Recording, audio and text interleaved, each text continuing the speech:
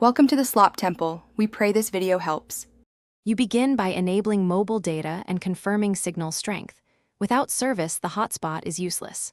Once done, make sure battery is healthy or plug-in hotspot uses power fast. Now open settings and search for hotspot or tethering, because menu names differ by Android version.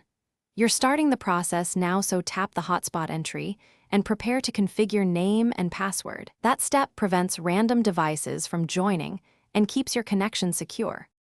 You'll now configure the hotspot so it's usable and safe.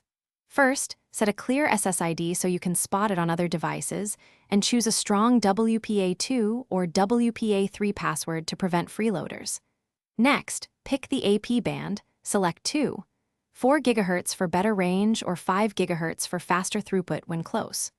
Also, cap the number of allowed devices and enable automatic timeout. These limits control data use and reduce battery drain while keeping your hotspot predictable. You're ready to activate. Tap Turn On or Share and then connect your laptop or tablet to the SSID with the password you set. If the client device connects but has no internet, toggle mobile data and hotspot off and restart the phone to reset routing. That often fixes routing glitches. If problems persist, verify your carrier plan, allows tethering, and check APN settings, because some providers block hotspot traffic by default.